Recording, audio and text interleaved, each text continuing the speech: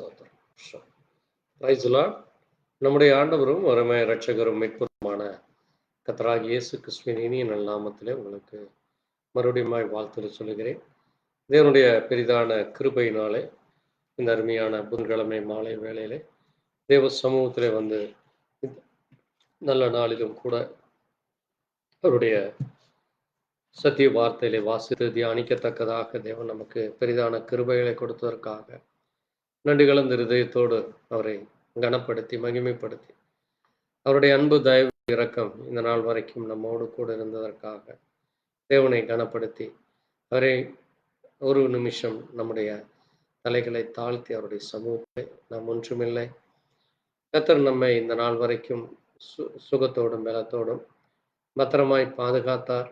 அவருடைய அன்பு இரக்கம் தயவு ஒரு நாளும் அது நமக்கு தேவையாக இருக்கிறது. அவரால் அன்றி நம்மால் ஒன்றும் செய்ய முடியாது. அவரே எல்லாவற்றையும் அறிந்தவராய் அவரே நமக்கு தேவைகளை வேண்டுதலை விண்ணப்பத்தை வாய்க்க பண்ணுகிறவருமாகி அவருக்கு நன்றி சொல்லி ஒரு நிமிஷம் கர்த்தருடைய சமூகத்துறை நம்முடைய முழு இருதயத்தோடு முழு ஆத்மாவோடு கர்த்தரை நோக்கி நாம் ஜெபிக்கலாம். நாம் ஜெபிப்போம். ஸ்தோத்திரிக்கிறோம் அப்பா. கிருபையும் இரக்கம் நிறைந்த எங்கள் ஜீவன் உள்ள தகப்பனே, கர்த்தராகிய இயேசு கிறிஸ்துவே, ஐயா, அந்த அருமையான புதன்கிழமை மாலை வேலைக்காய் இந்த மாதத்தின் கடைசி ஆண்டவரே நாளுக்காக இந்த வேலைக்காய் உங்களுக்கு நன்றி செலுத்துகிறோம். கர்த்தர் இந்த நேரத்திலே உங்களுடைய சமூகத்திலே வரும்படியாக இந்த மாதத்தில் 24 நாட்களுக்கான தேவ இரக்கம் கொடுத்திருப்பான். இந்த புதன்கிழமை மாலை வேளையிலும் உடைய தயவு, உடைய இரக்கம், உடைய ஆசீர்வாதம் வழிநடத்த எங்களை மட்டுமாய் நீர் எங்களை சுகத்தோடும் பலத்தோடும் பாதுகாத்து உடைய சமூகத்தை நோக்கி பார்க்க கிருபையை கொடுத்ததற்காக நன்றி சொல்லி உடைய கரத்தில் தாழ்த்துகிறோம் அப்பா. நாங்கள் ஒன்றுமில்லை, இது அந்த பூமியிலே நீர் எங்களை உம்முடைய மகனாய் மகளாய் தெரிந்தெடுத்து உம்முடைய இரத்தத்தை கோட்டைக்குள்ளாய் நீர் எங்களை மூடி மறைத்து உம்முடைய வார்த்தை என்னும் அப்பத்தினாலே எங்களை போஷிக்கிற தேவனாகி உமக்கு நன்றி செலுத்துகிறோம். இந்த நேரத்திலே ஆண்டவரே ஒரு விஷயம் கூட கடந்த நாட்கள் முழுவதும் கனிமொழி போல பாதுகாத்தற்காய் நன்றி சொல். உம்முடைய சத்திய வார்த்தையிலே வாசித்து தியானிக்கிற இந்த வேளையிலே தேவ இரக்கம் தொடர்ந்து எங்களுக்கும் கிடைக்கட்டும் அப்பா. ஆண்டவரே, நீர் அன்றி இந்த உலகத்தில் எங்களுக்கு ஒன்றுமில்லை. நீரே எல்லாவற்றையும் ஆசீர்வதித்து தருகிற தேவனாய், தடைகளை எடுத்து போடுகிறவராய், சுகத்தை பலத்தை பத்திரத்தை பாதுகாப்பை தருகிறவரமாகி உமக்கு நன்றி சொல்லி உடைய கரத்திலே தாழ்த்துகிறோம். நேரத்தில் எங்களோடு இணைந்துள்ள ஒவ்வொரு சகோதர சகோதரின் கர்த்தர் ஆசீர்வதித்திருக்காய், அவர்களையும் பாதுகாத்திருக்காய் நன்றி செலுத்துகிறோம். முதலாவது தேவனுடைய ராஜ்யத்தையும் நீதியும் தேடுங்கள், அப்பொழுது இவைகள் எல்லாம் உங்களுக்கு கொடுக்கப்படும். ஆண்டவரே, உம்மை நோக்கி பார்க்க நீர் கொடுக்கிற எல்லா நன்மைகளுக்காக உமக்கு நாங்கள் நன்றி கலந்த இருதயத்தோடு உம்மை துதித்து ஸ்தோத்தரித்து இந்த வேளையிலே உடைய கரத்திலே தாழ்த்துகிறோம். வாசித்து தியானிக்கிற வார்த்தையின் மூலமாக கர்த்தர் எங்களோடு பேசும். இது அநேகருக்கு பிரயோஜனமா, அநேகர் இன்னும் அதிகமாய் உம்மை தேட உம்முடைய அன்பை உம்முடைய இரக்கத்தை பெற்றுக்கொள்ள பிரித்தெடுக்கப்பட்டவர்களாய் தெரிந்து கொள்ளப்பட்டவர்களாய் ஜீவிக்க கர்த்தர் இரக்கம் பாராட்ட வேண்டும். இயேசு கிறிஸ்து உம்முடைய பரிசுத்த நாமத்திலே ஆம். கர்த்தர் தாமே எங்களை ஒருவரையும் ஆசீர்வதிப்பாராக. நம்ம ஒரு பாடலை பாடி கர்த்தரை மகிமைப்படுத்துவோம். பாட்டு புத்தகத்திலே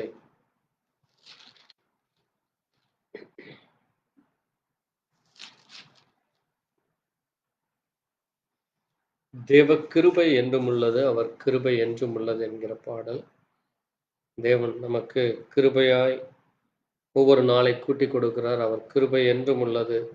அவரை போற்றி சத்துரு நம்மை தொடர்ந்து வந்தாலும் தேவன் நமக்கு முன் சென்று அவர் எல்லாவற்றையும் பாதுகாக்கிறவராய், காரிருள் போன்ற சோதனைகள் கஷ்டங்கள் வந்தால் அவர் நமக்கு நம்முடைய பாதையிலே நம்முடைய வழிகளிலே அவர் ஒளியாக இருந்து நம்மை வழி நடத்துகிறார். அவர் சத்தியம் உள்ள தேவன், அவர் நித்தமும் நம்மோடு கூட இருக்கிறேன் என்று சொல்லி இருக்கிறார். அப்படிப்பட்டவருக்கு பாடல் மூலமாய் மகிமைப்படுத்துவோம். தேவ கிருபை என்றும் உள்ளது, அவர் கிருபை என்றும் உள்ளது, கிருபை என்றும் உள்ளது, அவர் கிருபை என்றும் உள்ளதே. அவரை போற்றி துதித்து பாடி அல்லேலூயா என்றார் பரிபோம்.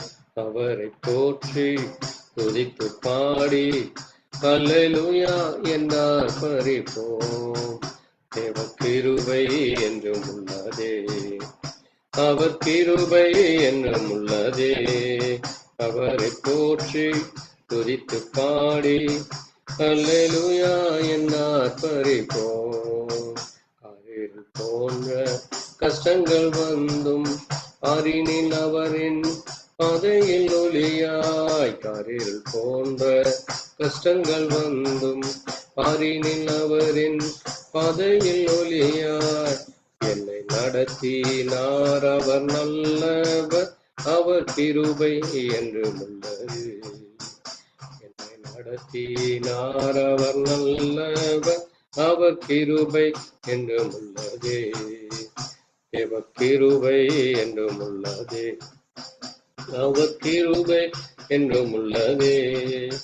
அவரை போற்றி துதித்து பாடி அல்லேலூயா என்று ஆர்ப்பரிப்போம். அக்கினி சோதனை பட்சிக்க வந்தும் முச்செடி தன்னில் தோன்றிய தேவன். அக்கினி சோதனை பட்சிக்க வந்தும் முச்செடி தன்னில் தோன்றிய தேவன். பாதுகாத்தாரே அவர் நல்லவர், அவர் கிருபை என்றும் உள்ளது. பாதுகாத்தாரே அவர் நல்லவர், அவர் கிருபை என்றும் உள்ளதே. தேவ கிருபை என்றும் உள்ளதே, அவர் கிருபை என்றும் உள்ளதே. அவரை போற்றி துதித்து பாடி அல்லேலூயா என்று ஆர்ப்பரிப்போம். நித்திய தேவனாம் சத்திய பரந்தான் நித்தமும் நம்முடன் இருப்பதாலே. நித்திய தேவனாம் சத்திய பரந்தான் நித்தமும் நம்முடன் இருப்பதாலே. அவர் நல்லவர் என்றும் துதியுங்கள், அவர் கிருபை என்றும் உள்ளதே. அவர் நல்லவர் என்றும் துதியுங்கள், அவர் கிருபை என்றும் உள்ளதே. தேவ கிருபை என்றும் உள்ளதே, அவர் கிருபை என்றும் உள்ளதே. அவரை போற்றி துதித்து பாடி அல்லேலூயா என்று ஆர்ப்பரிப்போம். அவரை போற்றி துதித்து பாடி அல்லேலூயா என்று ஆர்ப்பரிப்போம். நெருக்கப்பட்டோம் மடிந்திடாமல் கர்த்தர் நம்மை காத்ததாலே. நெருக்கப்பட்டோம் மடிந்திடாமல் கர்த்தர் நம்மை காத்ததாலே. அவர் நல்லவர், அவர் நல்லவர், அவர் கிருபை என்றும் உள்ளதே. அவர் நல்லவர், அவர் வல்லவர், அவர் கிருபை என்றும் உள்ளதே. கிருபை என்றும் உள்ளதே, அவர் கிருபை என்றும் உள்ளதே. அவரை போற்றி துதித்து பாடி அல்லேலூயா என்று ஆர்ப்பரிப்போம். அவரை போற்றி துதித்து பாடி அல்லேலூயா என்று ஆர்ப்பரிப்போம். அல்லேலூயா. ஆமென். நம்முடைய தேவ கிருபை அது எந்த நாளும் உள்ளது. அப்படிப்பட்ட அந்த அன்பின் தேவன் நமக்காக இந்த பூமியிலே மனுஷனாக வந்தவரை நாம் நன்றி கலந்த இருதயத்தோடு அவரை கனப்படுத்தும் விதமாக இந்த நேரத்திலே வேதத்திலே ஒரு சில வசனங்களை வாசித்து கர்த்தருடைய கிருபை, அவருடைய இரக்கத்தின் தயவையும் இந்த நேரத்தில் நாம் அறிந்து கொள்ள கர்த்தர் இரக்கம் பாராட்டுவாராக. மத்தேயு எழுதின சுவிசேஷகம், மத்தேயு 12ஆம் அதிகாரம் 1 8 வரை. மத்தேயு 12ஆம் அதிகாரம் 1 முதல் 8 வரை. அக்காலத்திலே இயேசு ஓய்வு நாளில் பயிர் வழியாய் போனார். அவருடைய சீஷர்கள் பசியாயிருந்த கதிர்களை கொய்து தின்னத் தொடங்கினார். பரிசேயர் அதை கண்டு அவரை நோக்கி, இதோ ஓய்வு நாளில் செய்யத்தகாததை உம்முடைய சீஷர்கள் செய்கிறார்களே என்றார். அதற்கு அவர், தாவீதும் அவனோடு இருந்தவர்களும் பசியாயிருந்தபோது செய்ததை நீங்கள் வாசிக்கவில்லையா? அவன் தேவனுடைய வீட்டில் பிரவேசித்து ஆசாரியர் தவிர வேறு ஒருவரும் புசிக்க தகாத தேவ சமூக தப்பங்களை தானும் தன்னோடு இருந்தவர்களும் புசித்தார்கள். அன்றியும் ஓய்வு நாளில் ஆசாரியர்கள் தேவாலயத்தில் ஓய்ந்திராமல் ஓய்வு நாளை வேலை நாளாக்கினால் குற்றமில்லதா இருக்கிறார்கள் என்று நீங்கள் வேதத்தில் வாசிக்கவில்லையா? தேவாலயத்திலும் பெரியவர் இங்கே இருக்கிறார் என்று உங்களுக்கு சொல்லுகிறேன். பழியை அல்ல, இரக்கத்தையே விரும்புகிறேன் என்பதின் கருத்து இன்னதென்று அறிந்தீர்களானால் குற்றமில்லாதவர்களை நீங்கள் குற்றப்படுத்த மாட்டீர்கள். மனுஷகுமாரன் ஓய்வு நாளுக்கும் ஆண்டவராய் இருக்கிறார் என்றார் என்பதே. வாசித்த வார்த்தையை கர்த்தர் தாமே ஆசீர்வதிப்பாராக. நாம் ஒரு நிமிஷம் கண்களை மூடி ஜெபித்து செய்திக்குள்ளாய் கடந்து செல்லலாம். எங்களை நேசிக்கிற எங்கள் நல்ல ஆண்டவரே, கர்த்தராகிய இயேசு கிறிஸ்துவே, அருமையான வேளையிலே வாசித்தமுடைய சத்திய வார்த்தைக்காய் நன்றி செலுத்துகிறோம். கர்த்தர் எங்களை இந்த நாள் வரைக்கும் பாதுகாத்து எங்களை கரம் பிடித்து வழிநடத்தி கொண்டு நீர் இந்த பூமியிலே ஆண்டவரே, நீர் பெரியவராக இருக்கிறீர், பரிசுத்தராய் இருக்கிறீர், மகத்துவமாக இருக்கிறீர், உண்மையுள்ள தேவனாய் இருக்கிறீர், சத்தியமுள்ளவராய் இருக்கிறீர். அப்படிப்பட்ட உமக்கு ஆண்டவரே, இந்த நேரத்திலே நாங்கள் நன்றி சொல்லி, தேவன் எங்களை இதோ இந்த பூமியிலே ஒரு நோக்கத்திற்காய் தெரிந்தெடுத்திருக்கிறேன். ஏதோ ஒரு காரணத்திற்காய் நீர் எங்களை பிரித்தெடுத்திருக்கிறேன் அப்பா. அந்த காரியம், அந்த நோக்கத்தை நாங்களும் இந்த பூமியிலே நிறைவேற்றத்தக்கதா தேவன் எங்களுக்கு இரக்கம் பாராட்டினக்காய் நன்றி. இந்த நேரத்திலே வாசித்த வார்த்தைகளுடைய மகத்துவங்கள், மகிமையான காரியங்களை அறிந்து கொள்ள, அதை புரிந்து கொள்ள தேவ இரக்கம் எங்களுக்கும் தர வேண்டுமா? உம்முடைய கரத்திலே தாழ்த்துகிறோம். நீரை மகிமைப்படும், உடைய நாம் ஒன்று மாத்திரம் மகிமைப்படும். எல்லாவற்றையும் இயேசு கிறிஸ்துவின் பரிசுத்த நாமத்திலே ஆமென். கர்த்தர் தாமே மகிமைப்படுவாராக. இந்த நேரத்திலே நாம் வாசித்த வார்த்தைகளை நாம் தியானிக்கிற நேரமாக இருக்கிறது. இன்றைக்கு உலகமெங்கிலும்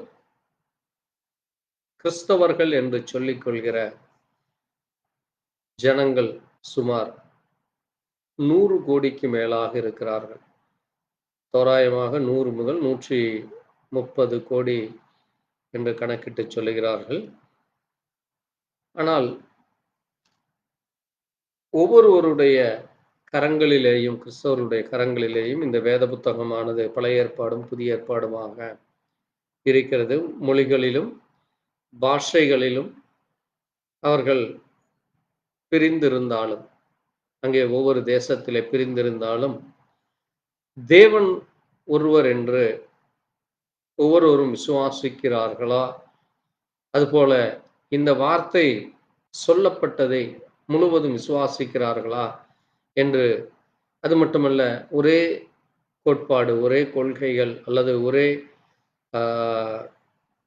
தேவனை குறித்தான காரியங்கள் இப்படி இருக்கிறதா என்று பார்க்கும் பொழுது அது மிகுந்த கேள்விக்குறியாக இருக்கிறது. இன்றைக்கு இந்தியாவை மட்டுமல்ல, உலகம் முழுவதும் இன்றைக்கு சுமார் ஆயிரக்கணக்கான சபைகள் என்கிற பெயரிலே, ஸ்தாபனங்கள் என்கிற பெயரிலே இன்னைக்கு பிரிந்து அங்கே தங்களுக்கென்று ஒரு உபதேசங்களையும், தங்களுக்கென்று சில கொள்கைகளையும் கட்டுப்பாடுகளையும், தங்களுக்கென்று விசுவாச பிரமாணங்களையும், அது மட்டுமல்ல, ஞானஸ்நான காரியங்களானாலும் சரி, ஆராதனை காரியங்களிலே, தேவனை குறித்தான காரியங்களில் இப்படி இன்றைக்கு அநேகர் பிரிந்திருக்கிறார்கள். இந்த காரியம் இன்றைக்கு மட்டுமா இருந்தது என்று நாம் பார்க்கும் பொழுது, அது இயேசு கிறிஸ்து இருந்த காலத்திலேயே. ஏனென்றால் இயேசு கிறிஸ்துவை பின்பற்றினவர்கள் தான் கிறிஸ்தவர்கள் என்று நாம் அறிந்திருக்கிறோம். வேதமும் அதைத்தான் அங்கே அப்போஸ்தலர் எழுதின நிருப புத்தகத்திலே, அப்போஸ்தலர்களிலே நாம் வாசிக்கும் பொழுது, அப்போஸ்தலர் 11ஆம் அதிகாரத்திலே நாம் பார்க்கிற பொழுது, நான் அந்த வசனத்தை வாசிக்கிறேன். அப்போஸ்தலர் 11ஆம் அதிகாரம் 26லே, அவர்கள் 1 வருஷ காலமாக சபையோடு கூடியிருந்து அநேக ஜனங்களுக்கு உபதேசம் பண்ணினார்கள். முதல் அந்தியோகியாவிலே பாருங்கள், இந்த அந்தியோகியா என்பது அங்கே சீப்புரு தீவாரு சிரேனே பட்டணத்தார் என்று சொல்லப்பட்டிருக்கிறது. அந்த பட்டணத்திலே அந்தியோகியா பட்டணத்திலிருந்து அங்கே வருகிறார். இந்த பட்டணத்தில் இருக்கிற இயேசு கிறிஸ்துவை விசுவாசித்த அந்த சீஷர்களுக்கு அங்கே பவுலும் பர்னபாவும் அங்கே சென்று அவர்களுக்கு இயேசு கிறிஸ்துவை குறித்தும் அங்கே கர்த்தருடைய காரியங்களை குறித்தும் பரிசுத்த ஆவியை குறித்தும் அங்கே ஜனங்களுக்கு சொல்லுகிற காரியங்களை நாம் இங்கே பார்க்க முடிகிறது. பாருங்கள், அப்படிப்பட்டவர்களுக்குத்தான் அங்கே கிறிஸ்தவர்கள் என்று பெயர் கொடுக்கப்படுகிறது. அதற்கு பிறகு இன்றைக்கு உலகம் முழுவதும் இருக்கிற தேவ பிள்ளைகளுக்கு கிறிஸ்தவர்கள் என்று அடைமொழியாக சொல்லப்படுகிறதை பார்க்கிறோம். ஆனால் தேவனுடைய பார்வையிலே கிறிஸ்தவனோ முஸ்லீமோ அல்லது இந்து மதமோ அல்லது எந்த மதமானாலும் தேவனுடைய பார்வையிலே அவர்கள் இந்த பூமியிலே பிறக்கப்பட்ட தேவனாலே அங்கே இந்த பூமியிலே அவர்களுக்கென்று தேவன் ஒரு ஆயுசு நாட்களை கொடுத்து அவர்களையும் இந்த பூமியிலே வைத்திருக்கிறார். கிறிஸ்தவர்கள் அங்கே இயேசு கிறிஸ்துவை விசுவாசிக்கிறார்கள். புறமதஸ்தர்கள் அங்கே தங்களுடைய மனம் போன போக்கில் அல்லது தங்களுடைய முன்னோர்கள் அல்லது அவர்களுடைய அந்த தேசத்திலே காணப்படுகிற கலாச்சாரங்கள் அங்கே கொள்கை கோட்பாடுகளிலே தங்களை வேறுபடுத்தி கொண்டு அல்லது ஒரு மதத்திலிருந்து இன்னொரு மதத்திற்கு மதம் என்கிற காரியத்தை வைத்துக்கொண்டு இன்றைக்கு மாறி போய் கொண்டிருக்கிறதை நாம் அறிந்துகொள்ள முடிகிறது. ஆனால் இன்றைக்கு நமக்கு மிக முக்கியமான காரியம் என்னவென்றால், இயேசு கிறிஸ்துவனுடைய நாட்களிலே இருந்த அந்த பரிசேயரும் சதுசேயரும் மற்றும் அங்கே இருந்த இஸ்ரவேலர்களும் யூதர்களும் அங்கே தேவன் ஒருவர் உண்டு என்று விசுவாசித்தார்கள். இஸ்ரவேலை கேள், உன் தேவனாகிய கர்த்தர் ஒருவரே கர்த்தர் என்று பழைய ஏற்பாட்டிலே சொல்லப்பட்டதை அவர்கள் முழு இருதயத்தோடு விசுவாசித்து அங்கே பழைய ஏற்பாட்டிலே சொல்லப்பட்ட அந்த நியாயப்பிரமாணங்களை கைக்கொண்டு வந்தார்கள். தீர்க்கதரிசிகளும் நியாயப்பிரமாணங்களும் சொல்லப்பட்ட காரியங்களை அவர்கள் வாசித்து அதிலே தேறினவர்களாக இருக்கிறவர்கள் அங்கே ஆசாரியர்களாகவும் பிரதான ஆசாரியர்களாகவும் ஜனங்களை தேவனுடைய கரங்களிலே கொண்டு வர அவர்கள் ஜபத்திலும் இன்னும் அநேக காரியங்களிலே தங்களை தேவனுக்கென்று ஒப்பு கொடுத்தார்கள். அது மட்டுமல்ல, அன்றைக்கு இருந்தவர்கள் இஸ்ரவேலர்களும் யூதர்களும் அங்கே தங்களுக்கென்று கர்த்தருக்காக பிரியமாக இருக்கிறதையும் அங்கே தேவனுடைய வார்த்தைகளுக்கு செவிசாய்க்கிற காரியங்களை நாம் பார்க்கிறோம். ஆனால் அந்த நாட்களிலே இருந்த ஜனங்களுடைய மனநிலை பார்க்கிற பொழுது அவர்கள் சின்ன சின்ன காரியங்களிலேயே கூட குற்றம் கண்டுபிடிக்கிறவர்களாக, அது யாரானாலும் சரி, அவர்களிடத்திலே அந்த குற்றம் இருந்தால் அவர்களோடு தங்களை இணங்காதபடி அல்லது தங்களை பிரித்து கொள்ளுவர்களாக அல்லது அவர்களுக்கு தண்டனை கொடுக்கிறவர்களாக இருக்கிறதை பார்க்கிறோம். ஆகவேதான் பாருங்கள், இங்கே இயேசு கிறிஸ்து ஒரு ஓய்வு நாளிலே அவர் அவர் நீங்கள் வாசிக்கும் பொழுது அவர் எந்த பட்டணத்திற்கு வருகிறார் என்று நீங்கள் பார்க்கிற பொழுது அவர் தன் இருந்த அந்த யூதர்கள் எல்லாரும் இருக்கிற அங்கே நீங்க பார்க்கிற பொழுது நீங்கள் வாசிக்கலாம். இங்கே யோவான் எழுதின சுவிசேஷத்திலே நாம் காண்கிற அந்த வசனத்தை நம்ம வாசிக்கலாம். பாருங்கள், யோவான் எழுதின சுவிசேஷத்திலே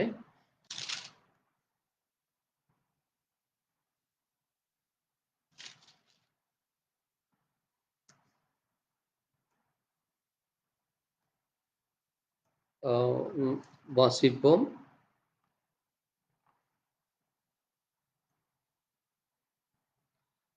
யோவான் எழுதின சுவிசேஷகம், மத்தேயு எழுதின சுவிசேஷகம், கப்பர்நகூமிலே அவர் வருகிறார் என்று நம்ம அங்கே பார்க்கிறோம். 8ஆம் அதிகாரத்திலே இருந்து இதனுடைய தொடர்ச்சியாக இன்றைக்கு இருக்கிறது. பிறகு அவர் அங்கே கப்பர்நகூம் மற்றும் அந்த புறங்களிலே இருக்கிற ஒவ்வொரு பகுதியாக அவர் சென்று வந்து கொண்டிருக்கிறதை நம்ம பார்க்க முடியும். அவர் கடலோரங்களிலே இருக்கிற ஜனங்களுக்கு அங்கே தன்னுடைய அ காரியங்களை தான் என்ன காரியத்திற்காக அ அந்த பட்டணத்திற்கு வருகிறாரோ, அந்த காரியங்களை குறித்து அவர் பேசுகிறதை நம்ம பார்க்க முடிகிறது.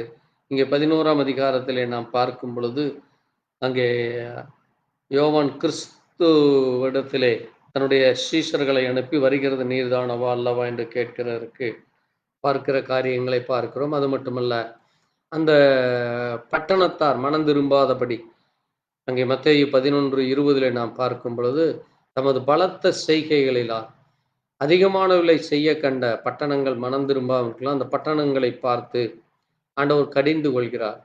கோரசீனோவே, பெத்தசாயிவே என்று சொல்லி, அவர் தான் இருக்கிற அந்த பட்டணங்களை சுற்றி அவர் எந்தெந்த பட்டணங்களுக்கு சென்றாரோ, அந்த பட்டணங்களை சொல்லி, அந்த பட்டணங்களிலே அங்கே ஜனங்களுடைய இருதயம் எவ்விதமாய் கடினப்பட்டிருந்தது. அங்க இருக்கிற இஸ்ரவேலர்கள் தான், அங்க இருக்கிற யூதர்கள் தான், அவளுடைய இருதயம் அங்கே மிகவும் கடினப்பட்டு இருக்கிறது. ஆகவேதான் ஆண்டவர் அங்கே சொல்லும் பொழுது மத்தேயு 11:21 கோரோசினே உனக்கு ஐயோ, பெத்தசாயிதே உனக்கு ஐயோ, உங்களில் செய்யப்பட்ட பலத்த செய்கைகள் தீருவிலும் சீதோனிலும் செய்யப்பட்டிருந்தால் இப்பொழுதே ரட்டுடுத்தி சாம்பலில் உட்கார்ந்து மனம் திரும்பி இருப்பார். நியாயத்தீர்ப்பு நாளிலே உங்களுக்கு நேரிடுவதை பார்க்கலும் தீருவுக்கும் சீதோனுக்கும் நேரிடுவது லகவாய் இருக்கும் என்று சொல்லி, வானப்பரியந்தம் உயர்த்தப்பட்ட கப்பூர் நகுமே, நீ பாதாள பரியந்தம் தாழ்த்தப்படுவாய் என்று சொல்லுகிறார். பாருங்கள், அங்கே அவர் அந்த கப்பர் நகூம் என்கிற அந்த பட்டணத்திலே இருக்கிறார். அந்த அது ஒரு ஏரிக்கரையான ஒரு பட்டணம், ஏரிகள் இருக்கிற பட்டணம். அந்த பட்டணத்திலே அவர் இருந்து கொண்டு அங்கே அவர் சொல்லுகிற காரியம், கப்பர் நகுமே நீ பாதாள பரியந்தம் தாழ்த்தப்படுவாய், வானப்பரியந்தம் உயர்த்தப்பட்ட கப்பர் நகுமே நீ பாதாள பரியந்தம் தாழ்த்தப்படுவாய். உன்னில் செய்யப்பட்ட பலத்த செயல் சோதோமிலே செய்யப்பட்டிருந்தால் அது இந்நாள் வரைக்கும் நிலைத்திருக்கும். நியாயத்தீர்ப்பு நாளிலே உனக்கு நேரிடுவதை பார்க்கலும் சோதோம் நாட்டிற்கு நேரிடுவது லகுவாய் இருக்கும் என்று சொல்லி, அந்த ஜனங்களுடைய மனநிலை, அந்த ஜனங்கள் ஆண்டவர் எவ்வளவுதான் அற்புதங்களும் அதிசயங்களும் அங்கே அன்பு செலுத்துகிற காரியங்கள், வார்த்தைகளை போதிக்கிற காரியங்கள், உவமைகளை சொல்லுகிற காரியங்கள் இப்படி சொன்னாலும் அந்த ஜனங்கள் தங்களுடைய மனதை திருப்பாதபடி அங்கே பழைய காரியங்களிலே, சடங்காச்சாரங்களிலும் சம்பிரதாயங்களிலும் இன்னும் அங்கே மற்றவர்களை குறித்து குற்றம் சாட்டுகிற காரியங்களிலே, பழி சொல்லுகிற காரியங்களிலே தான் இருந்து கொண்டிருக்கு. அதனால தான் இங்கே நாம் பார்த்த அந்த பரிசேயர்களும் அந்த பரிசேயர்களும் பாருங்கள், இயேசு கிறிஸ்து உடனே நடந்து வந்து கொண்டிருந்த அந்த சீஷர்கள் அந்த கதிர்களை கொய்து தின்னத் தொடங்கின பொழுது அதை குறித்து அவர்கள் குற்றம் கண்டுபிடித்து, இதோ உம்முடைய சீஷர்கள் ஓய்வு நாளில் செய்யத்தகாததை செய்கிறார்களே என்று சொல்லும் பொழுது, அதற்கு ஆண்டவர் இயேசு கிறிஸ்து சொல்கிறார், தாவீதும் அவனோடு இருந்தவர்களும் அங்கே தேவனுடைய ஆலயத்திலே பிரவேசித்து அங்கே தேவனுடைய அப்பத்தையும் அங்கே அவர்கள் புசித்தார்கள் என்றும், அது மட்டுமல்ல அங்கே இருக்கிற தேவாலயத்திலே இருக்கிற ஆசாரியர்கள் அங்கே ஞாயிற்றுக்கிழமையானாலும் சனிக்கிழமையானாலும் மற்ற எல்லா நாட்களிலேயும் அவர்கள் தேவனுக்கென்று காரியங்களை செய்கிறது ஓய்ந்திராமல் அந்த காரியங்களை செய்கிறதை நீங்கள் அதை குற்றமில்லாது இருக்கிறார்கள் என்று வேதத்திலே சொல்லப்பட்டிருக்கு, இதை வாசிக்கவில்லையா என்று சொல்லி அங்கே அந்த காரியங்களை எடுத்து சொல்லுவார். இதிலே மிக முக்கியமான ஒரு காரியம் நாம் இன்றைக்கு தியானிக்க போகிற காரியம் என்னவென்றால், அன்றைக்கு இருந்த அதே ஆவிதான் தேவனுடைய ஆவி எப்படி அது மாறாததா இருக்கிறதோ அதே போல பிசாசனுடைய காரியங்களும், பிசாசானவன் ஜனங்களை குற்றப்படுத்துவதிலும் அங்கே பிரிவினைகளை செய்வதிலும் குழப்பங்களை ஏற்படுத்துவதிலும் அல்லது ஜனங்களை மனம் திரும்பாதபடி அவளுடைய இருதயத்தை கடினப்படுத்துகிறதும் அங்கே தேவனுடைய பிள்ளைகளுக்கு விரோதமாக எழும்பி பேசுவதும் குற்றம் சாட்டுவதும் குறைகளை சொல்லுவதும் பரியாசம் செய்வதும் தடை செய்வதுமான காரியங்கள் அது இன்றைக்கும் நடந்து கொண்டிருக்கிறது. ஆகவே பாருங்கள், நாம் இன்றைக்கு மிக முக்கியமான ஒரு காரியத்தை நாம் தியானிக்க போகிறோம். இன்றைக்கு அநேக சபைகள் மற்ற சபைகளை குறித்து, மற்ற விசுவாசிகளை குறித்து எப்படியெல்லாம் பேசிக் கொண்டிருக்கிறார்கள், என்ன செய்து கொண்டிருக்கிறார்கள் என்று நம்ம இன்றைக்கு நாம் நம்ம ஒவ்வொருவருடைய கைகளிலேயும் இன்றைக்கு சோசியல் மீடியா என்று சொல்லப்படுகிற ஆ, ஒரு மிகப்பெரிய ஒரு கருவியானது நம்முடைய கரங்களிலே இன்றைக்கு தேவ கிருபையினாலே கிடைத்திருக்கிறது.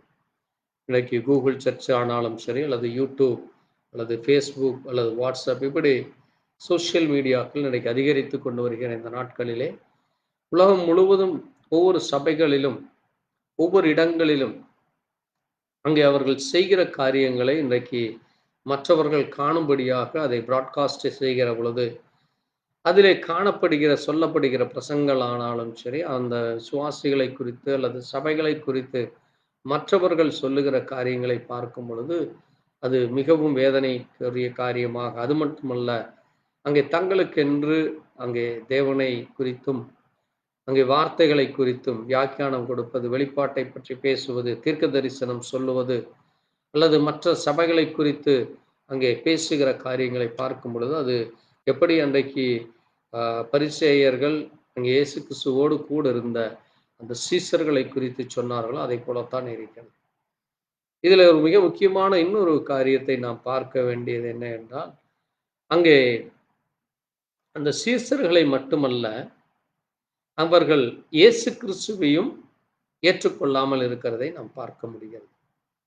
ஆகவே தான் பாருங்கள், அ அன்றைக்கு இருந்த அந்த பரிசேயர்களும், சதுசேயர்களும் அவரிடத்திலே குற்றம் காணும்படியாக, இயேசு கிறிஸ்துவை குற்றப்படுத்தும்படியாக, அங்கே அவரிடத்திலே தவறுகளை கண்டுபிடிக்கும்படியாக அவர்கள் ஒவ்வொரு நேரமும், ஒவ்வொரு இடங்களிலேயும் அவருக்கு பின்தொடர்ந்து வருகிறதை பார்க்கிறோம்.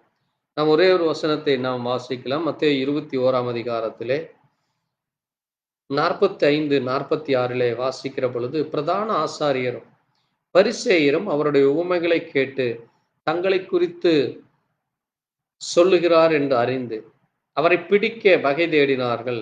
ஆயினும் ஜனங்கள் அவரை தீர்க்கதரிசி என்று எண்ணினபடியால் அவர்களுக்கு பயந்திருந்தார்கள் என்று சொல்லப்பட்டிருக்கிறது. பாருங்கள், இங்கே ஒரு முக்கியமான காரியத்தை நம்ம பார்க்கிறோம். அன்றைக்கு இருந்த பிரதான ஆசாரியர்கள் தான் தேவாலயத்திலே மிக முக்கியமான ஒரு நபர். எப்படி அன்றைக்கு மோசேயின் நாட்களிலே மோசேயுடைய சகோதரன் ஆரோன் தான் பிரதான ஆசாரியனாக இருந்தார்.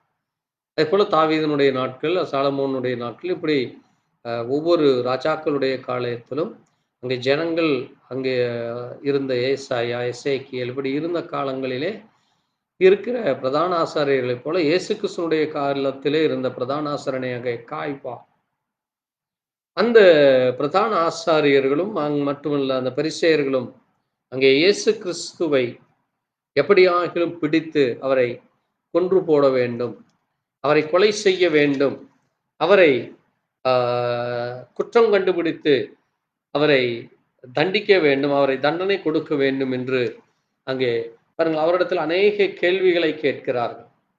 பாருங்கள், ஒரு முக்கியமான காரியத்தை இங்கே மத்தேயு 22 நாம் வாசிக்கிற பொழுது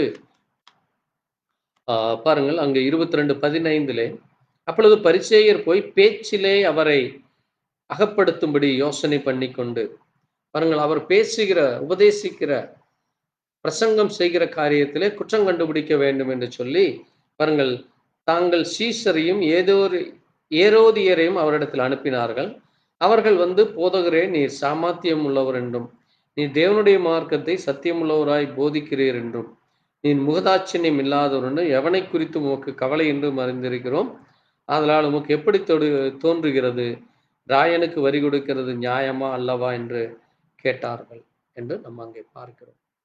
பாருங்கள், அவள் தேவாதி தேவனாக இருக்கிறார். மனுஷனுடைய இருதயத்தையும் நினைவுகளையும் சிந்தனைகளையும் தூரத்திலும் தருகிறவர். அது மட்டுமல்ல, யார் எங்கே என்ன பேசிக்கொண்டிருக்கிறார்கள் என்று தூரத்திலிருந்து அவருடைய செவிகளிலே அந்த வார்த்தை கேட்க முடியும். அதை அவர் பார்க்க முடியும்.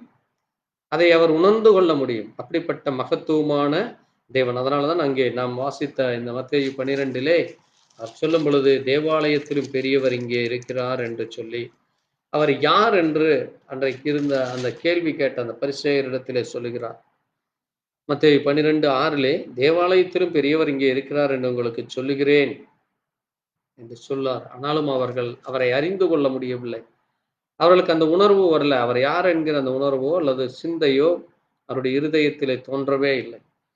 அதைப்போலத்தான் இங்கேயும் இந்த பரிசேயர்கள் தங்களுடைய சீஷர்களையும் ஏரோதியர்களையும் அவரிடத்தில் அனுப்பி அங்கே அந்த கேள்வி கேட்டு அவர் வரி செலுத்துகிறாரா இல்லையா, வரி செலுத்துவது சரியா தவறா, அவர் என்ன சொல்லுகிறார், அவருடைய கருத்து என்ன என்று சொல்லி, ஒரு கால் அவர் வரி செலுத்துவது தவறு, வரி கொடுக்கக்கூடாது என்று அவர் சொல்லினால் அவரை குற்றப்படுத்தி அங்கே ரோமர்களிடத்திலே பிடித்து கொடுத்து, ஏரோதரிடத்திலே பிடித்து கொடுத்து அவரை சிறைப்படுத்தி அவரை கொன்று போடலாம் என்று முடிவு செய்து கொண்டுதான் வருகிறார்.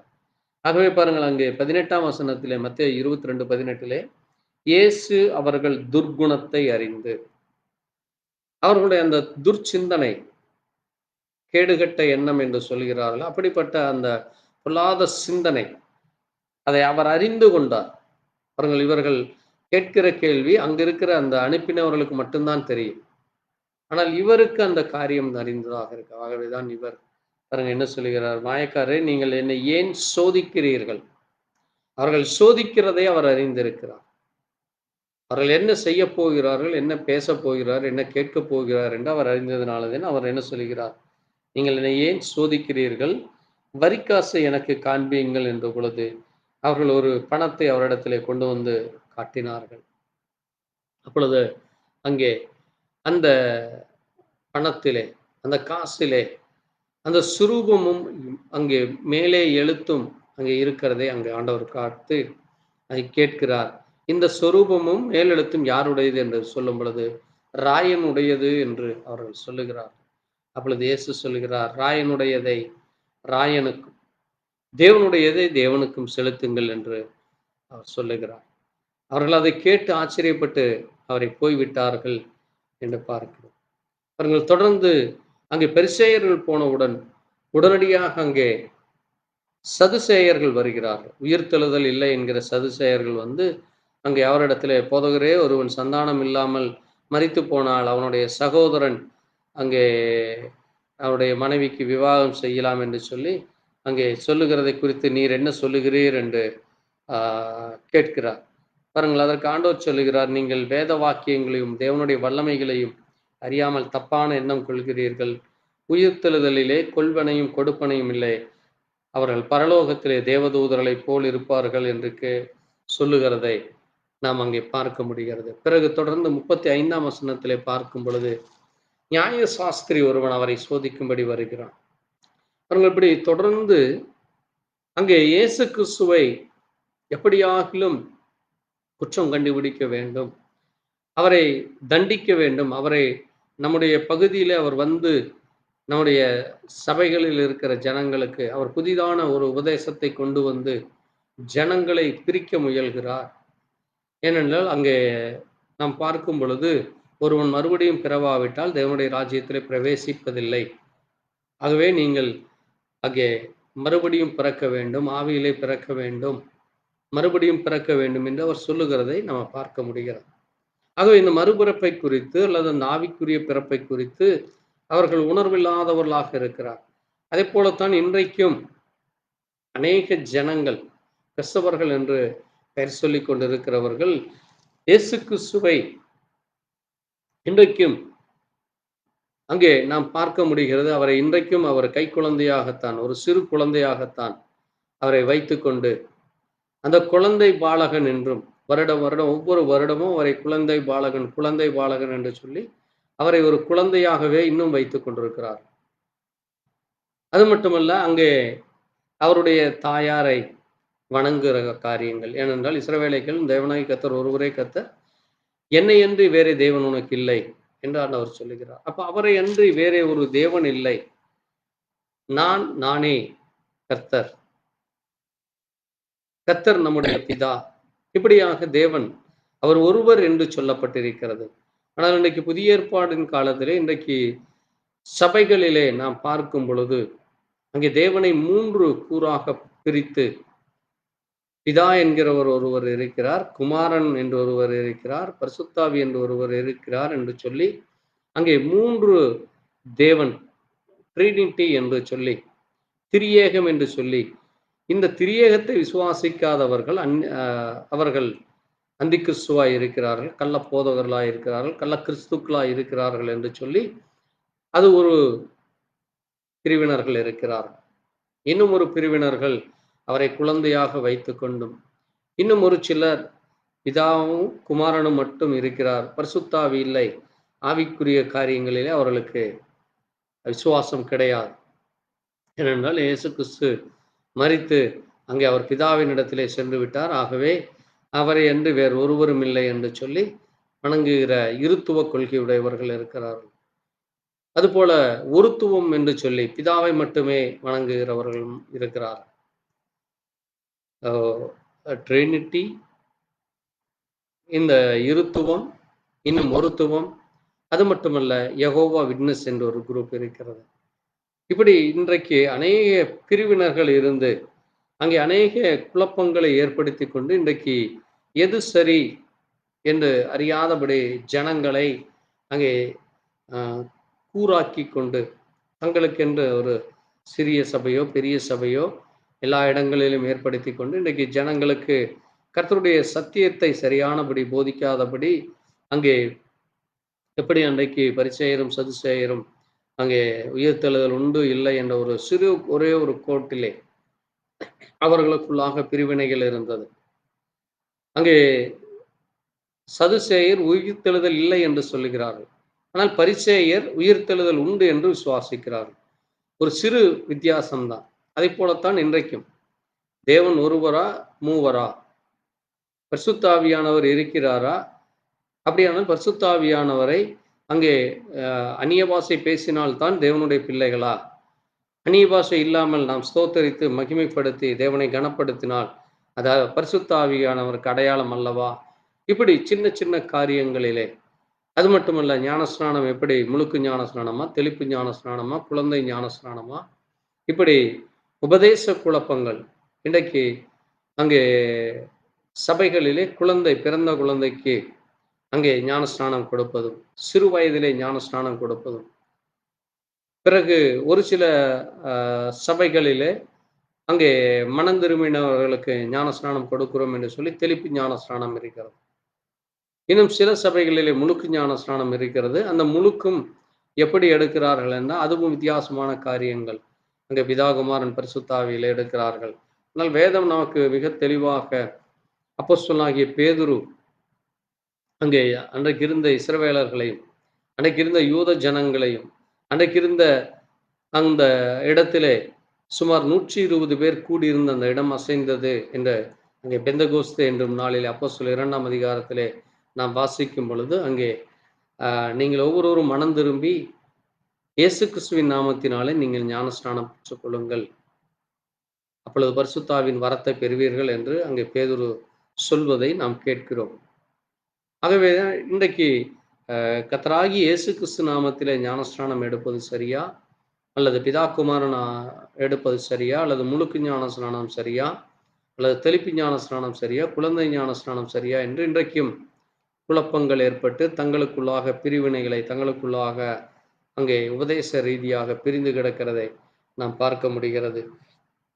இன்றைக்கு இப்படிப்பட்ட சூழ்நிலைகளிலே எப்படி அங்கே தேவ ஜனங்கள் ஒரு மனதோடு ஒன்று கூடி ஆராதிக்க முடியும்? இன்றைக்கு உலகம் முழுவதும் அங்கே ஜெபிக்கிறோம் என்று சொல்லுகிறார்கள்.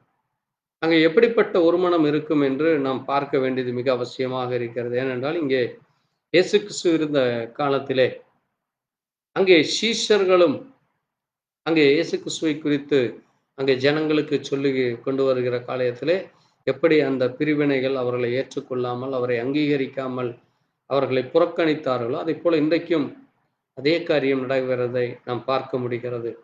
பாருங்கள், இங்கே நம்ம வாசித்த இந்த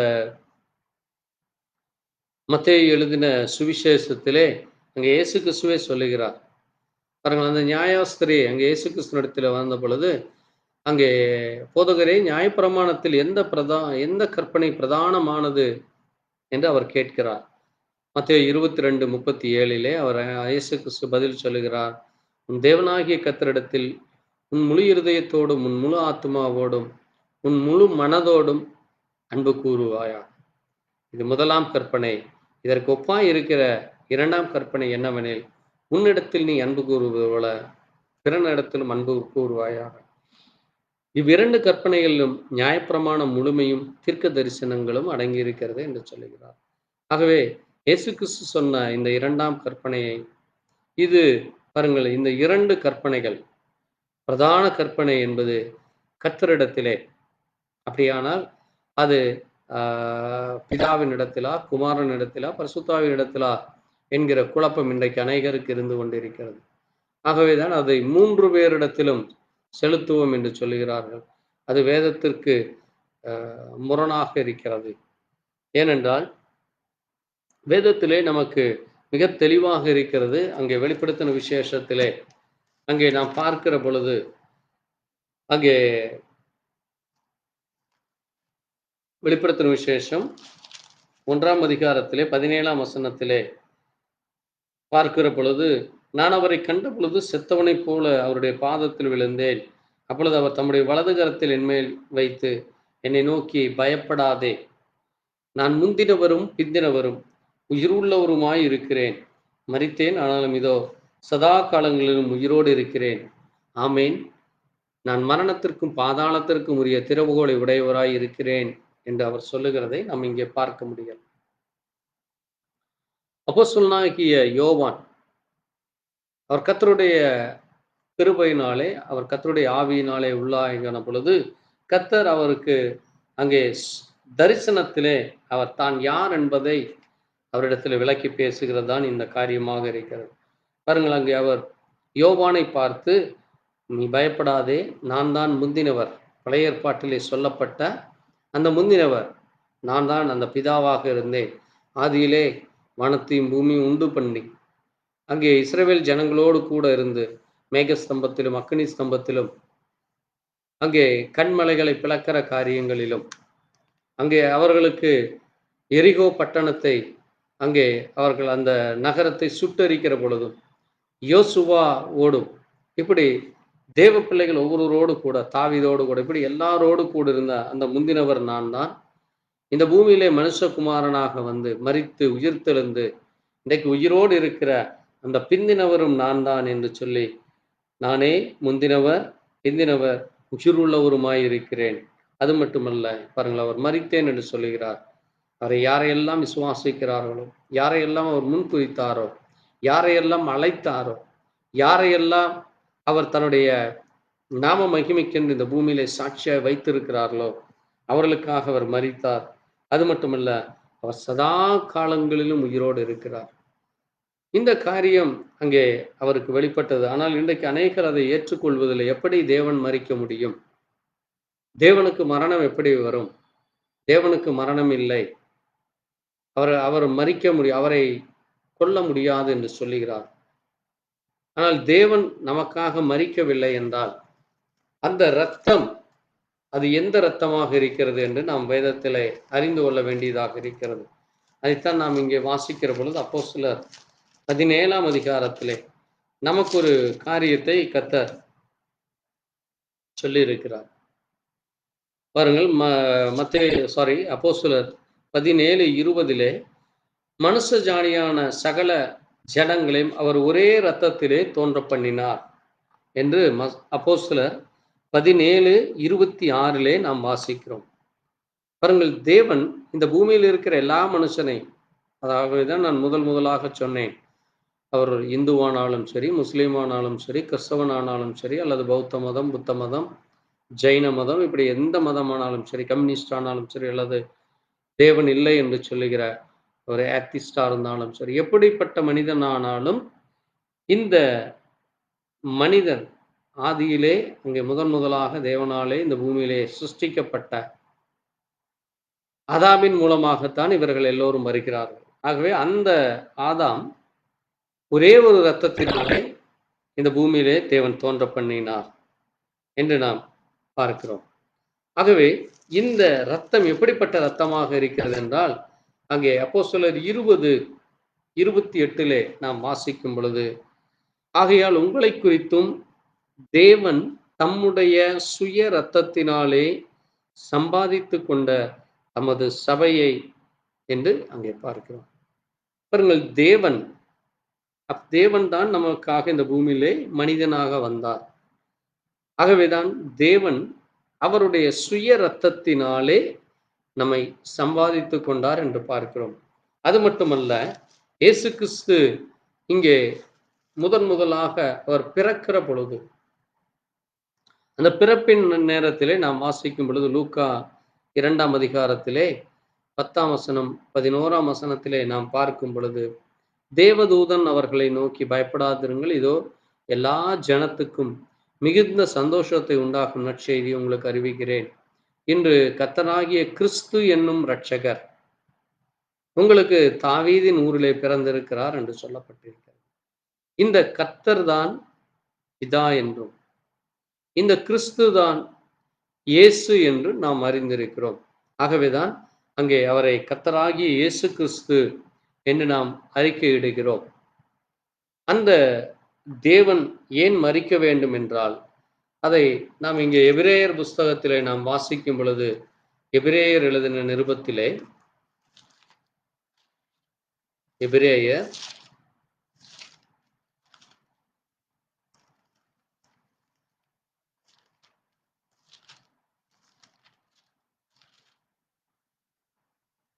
9ஆம் அதிகாரத்திலே 16ஆம் வசனம் சொல்லி இருக்கிறது, எங்கே மரண சாசனம் உண்டோ அந்த சாசனத்தை எழுதியவனுடைய மரணமும் உண்டாயிருக்க வேண்டும் என்று சொல்லப்பட்டிருக்கிறது. பாருங்கள், இந்த மரண சாசனத்தை யார் எழுதினார்? ஏன் அந்த மரண சாசனம் உண்டாக வேண்டும்? ஏன் இந்த மரண சாசனத்தை எழுதினவனுடைய மரணமும் உண்டாக வேண்டும் என்று நாம் பார்க்கிற பொழுது, அங்கே உபாகம புஸ்தகத்திலே உபாகமம் 21 அங்கே நாம் பார்க்கிற பொழுது, பாருங்கள், ஆண்டவர் அங்கே சொல்லுகிறார்,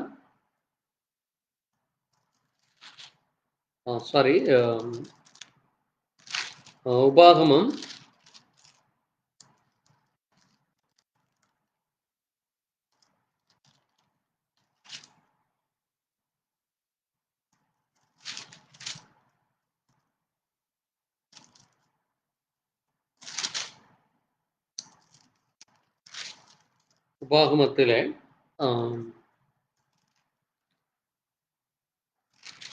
நீங்கள் வாசிக்கிற பொழுது அங்கே தேவன் அந்த ஜனங்களுக்கு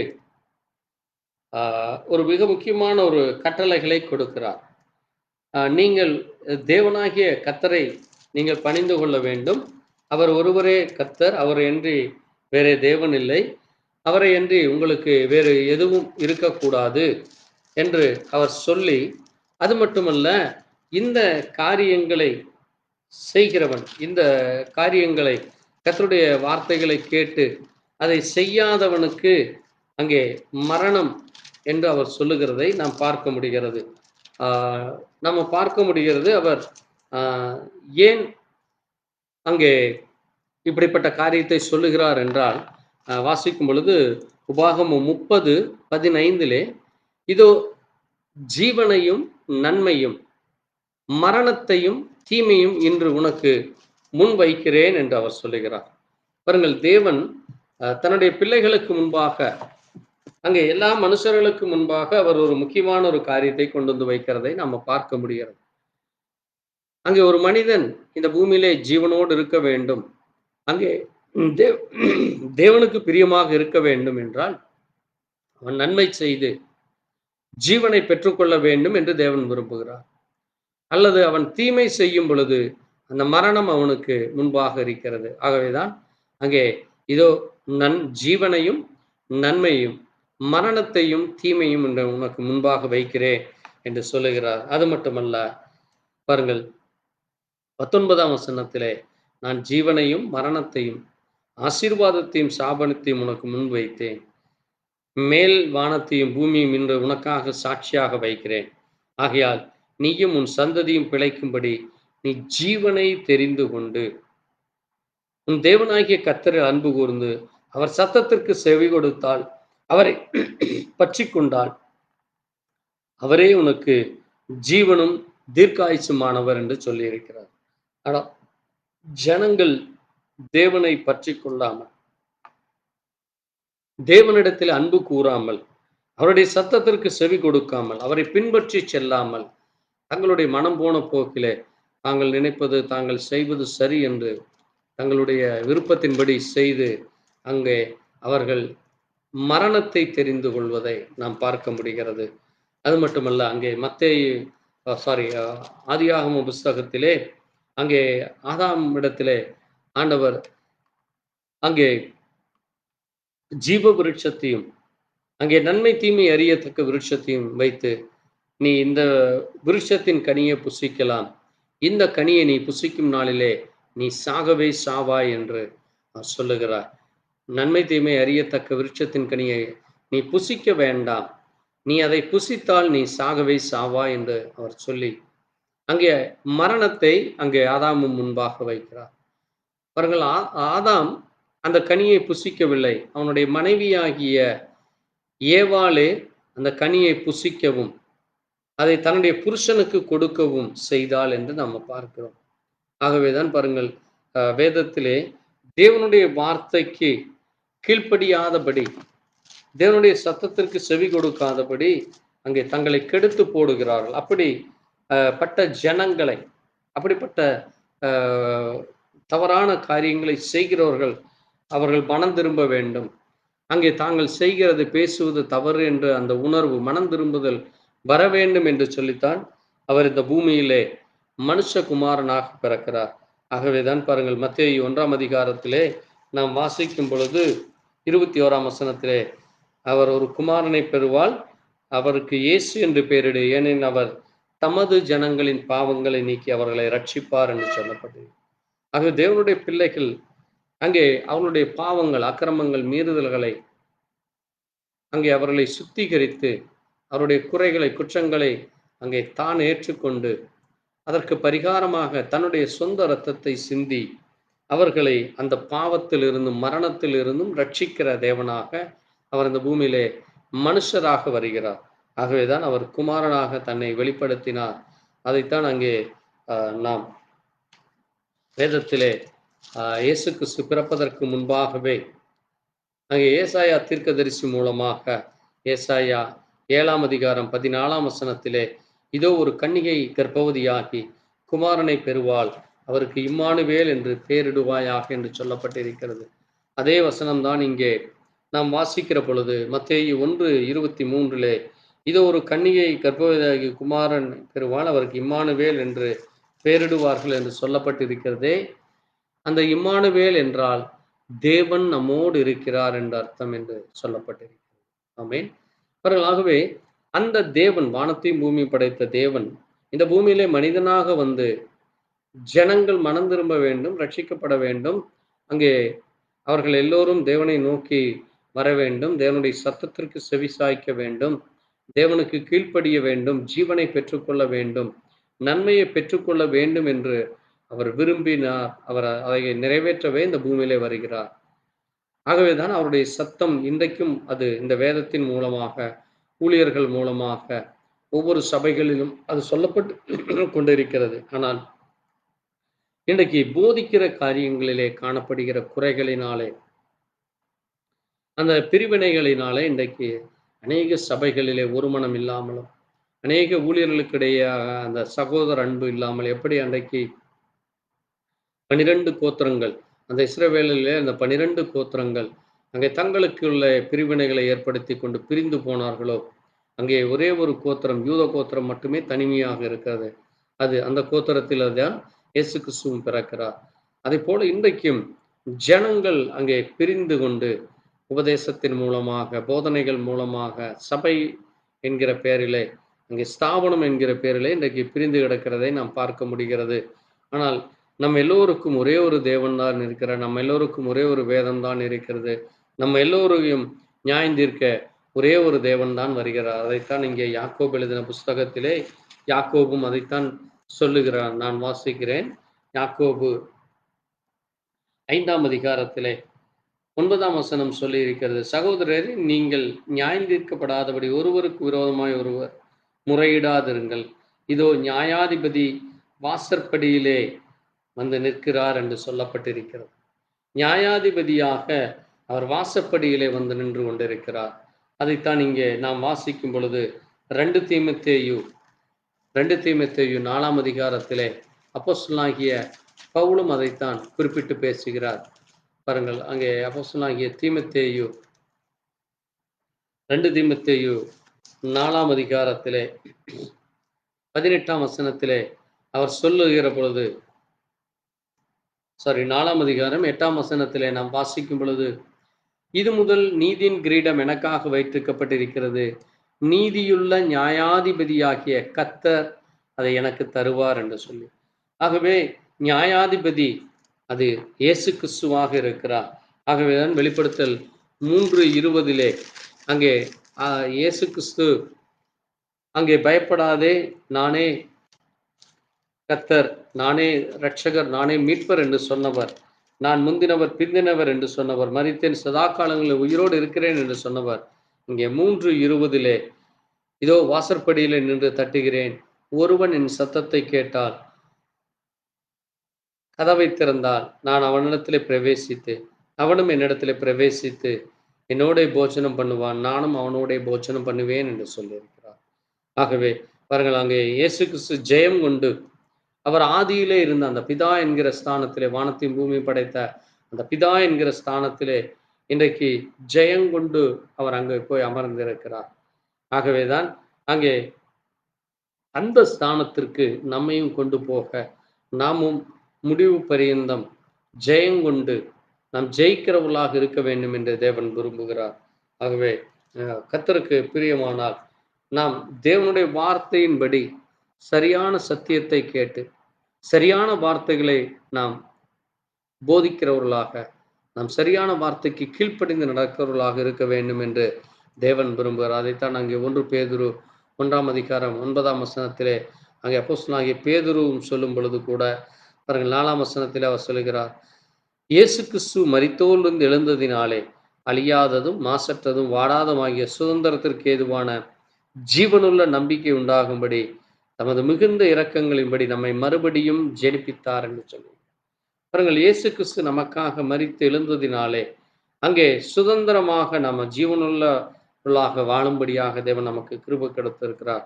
ஆகவே பாருங்கள், உங்கள் விசுவாசத்தின் பலனாகிய ஆத்தும ரட்சிப்பை அடைந்திருக்கிறீர்கள் என்று சொல்லி இருக்கிறார்.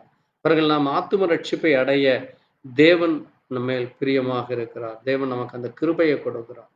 ஆகவே நமக்கு கொடுக்கப்பட்ட அந்த கிருபையை நாம் போர்க்கடிக்காதபடி நியாயாதிபதி அங்கே நியாயம் தீர்க்க அவர் வாசப்படி அண்டே வந்து நிற்கிறார். அவர் விரைவிலே நம்ம ஒவ்வொருவரையும் நியாயம் தீர்க்க போகிறார். நாம் எப்படியும் அவரிடத்திலே செல்ல வேண்டும். நாம் செல்லும் பொழுது வெறுமனே செல்லாதபடி தேவனுடைய வார்த்தையின்படி சாட்சியாக பரிசுத்தமாக உண்மையாக சுத்தமான இருதயத்தோடு இருக்க கர்த்தர் நம்ம ஒவ்வொருவரையும் வழி நடத்துவாராக.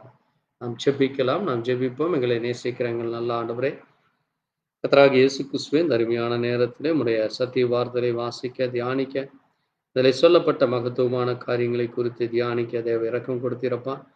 இந்த நாட்களிலே காணப்படுகிற எல்லா குழப்பத்தின் ஆவிகள், ஆண்டவரே, சபையிலே காணப்படுகிற ஆண்டவரே வேற்றுமையான உபதேசங்கள், கள்ள உபதேசங்கள், ஜனங்களை பிரித்துகிற காரியங்கள், துண்டாடுகிற காரியங்கள், ஜனங்களை குழப்பி போடுகிற காரியங்கள், சகோதர ஐக்கியம் இல்லாதபடி, ஆண்டவரே ஒருமனம் இல்லாதபடி, தேவ அன்பில்லாதபடி, ஐக்கியம் இல்லாதபடி இன்றைக்கு ஆண்டவரே பிசாசானவன் தந்திரமாக இன்றைக்கு ஒவ்வொரு சபைகளிலுக்குள்ளாக சென்று ஆண்டவரே பிரிவினைகளை கொடுத்து கொண்டு ஆண்டவரே ஒருவருடைய சத்தத்தை ஒருவர் கேட்கக்கூடாதபடி ஆண்டவரை செவிகளை அடைத்து கொண்டிருக்கிற இந்த பொல்லாத காலத்திலே தேவனே, உடைய சத்திய வார்த்தை அநேகருக்கு செல்ல தேவ இரக்கம் தாருமப்பா. இதோ அன்றைக்கு இயேசுவே நீர் இந்த பூமியில வந்த பொழுது பரிசேயரும் சதுசேயரும் உம்மை அடையாளம் காணவில்லை. ஆனாலும் அன்றைக்கு இருந்த அந்த ஆண்டவரே வேசிகளும், ஆண்டவரே அன்றைக்கு இருந்த கள்ளர்களும், அன்றைக்கு இருந்த ஆண்டவரே கர்த்தாவே ஜனங்களும் ஆண்டவரே உம்மை அறிந்து கொண்டார்கள் அப்பா. ஆண்டவரே அவர்களுக்கு நீர் அற்புதங்களையும் அதிசயங்களையும் செய்து நீர் யார் என்று உணர்த்தின பொழுது ஆண்டவரே அநேகர் உமக்கு பின் வந்தார்கள் அப்பா. அநேகர் உம்மை ஏற்றுக்கொண்டார்கள். அதே போல இந்த நாட்களிலும் ஆண்டவரே, நாங்களும் ஒரு சிறு கூட்டமாக உம்மிடத்தில் வருகிறோம் அப்பா. நீர் எங்களையும் ஏற்றுக்கொண்டு உம்முடைய மகனாய் மகளாய் எங்களை முன்குறித்ததற்காய் நன்றி அப்பா. நாங்கள் ஆண்டவரே உம்மாலே தெரிந்து கொள்ளப்பட்டவர்கள், உம்மாலே முன்குறிக்கப்பட்டவர்கள் என்ற அந்த விசுவாசத்திலே வளர சத்திய வார்த்தையின்படி சத்தியத்தை அறிவீர்கள், சத்தியம் உங்களை விடுதலையாக்கும் என்று சொன்னார். சத்தியமாய் பேச, நிதானமாய் ஆண்டவரே நாங்கள் பேச, உண்மை யுத்தமான இதயத்தோடு பேச, சரியானதை பேச நீர் எங்களுக்கு கிருபை கொடுத்ததற்காய் ஸ்தோத்திரம். தொடர்ந்து உம்முடைய வார்த்தைகளை போதிக்க, வார்த்தைகளை கேட்க எங்கள் ஒவ்வொருவருக்கும் கிருபையை தார். நீரே வார்த்தையாய் இருக்கிறீர். அந்த வார்த்தை எங்களை ஆண்டவரே நியாயந்தீர்க்க வருகிறது என்ற உணர்வோடு நாங்கள் உங்களுடைய கரத்திலே தாழ்த்தி இந்த வசனத்தை, இந்த வார்த்தைகளை கேட்கிற ஒவ்வொரு தேவ பிள்ளைகளுடைய இருதயத்திலும் கர்த்தர் பேசும். ஒவ்வொருவருக்குள்ளாய் உணர்வுகளை கொடுத்து தேவனாகிய நீர் யார் என்பதை அறிந்து கொள்ள, உங்களுடைய வார்த்தை என்ன என்ன சொல்லுகிறது என்று உணர்ந்து கொள்ள, ஆண்டவரே எல்லா பிரிவினைகளின் ஆவிகளை, குழப்பத்தின் ஆவிகளை, போட்டி பொறாமை வஞ்சகத்தின் ஆவிகளிலிருந்து நம்முடைய பிள்ளைகளை விலக்கி பாதுகா. தேவன் ஒருவரே நியாயாதிபதி, அவரை மெய் தேவன் என்று அறிந்து கொள்ள கிருபையைத்தார். எல்லாவற்றையும் இயேசு கிறிஸ்துவினுடைய பரிசுத்த நாமத்திலே ஆமென். என் ஆத்மாவே கர்த்தரை ஸ்தோத்திரி, முழு உள்ளமே பரிசுத்த நாமத்தை ஸ்தோத்திரி. என் ஆத்மாவே கர்த்தரை ஸ்தோத்திரி, கர்த்தர் செய்த சகல உபகாரங்களும் மறவாதே. ஆமென். அல்லேலூயா. கர்த்தருக்கு ஸ்தோத்திரம் உண்டாவதாக. கர்த்தர் தாமே உங்கள் ஒவ்வொருவரையும் ஆசீர்வதிப்பாராக. எங்களுக்காக, எங்களுடைய ஊழியர்களுக்காக ஜெபித்துக் கொள்ளுங்கள். கர்த்தர் உங்களோடு கூட இருப்பாராக. Praise the Lord. God bless you. Thank you Jesus. Amen. ஸ்தோத்திரி.